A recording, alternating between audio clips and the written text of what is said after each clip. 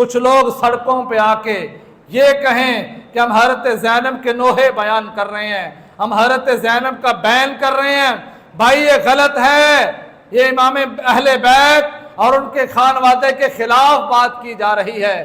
وہ تو خانوادہ پردے والا تھا، وہ تو صبر والا تھا، وہ تو محبت والا تھا، وہ دین اور شریعت والا تھا، وہ کیسے باہر آ کے ایسا کر سکتے تھے؟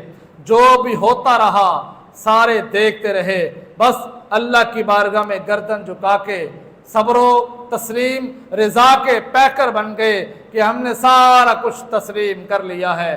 تو واقعہ کربلا ایک بہت بڑا پیغام ہمارے لیے لے کے آتا ہے۔ اللہ تعالیٰ سے دعا، اللہ تعالیٰ ہم سب کو محبت اہل بیت عطا فرمائے اور واقعہ کربلا کے مؤخذ کو سمجھنے کی توفیق عطا فرمائے۔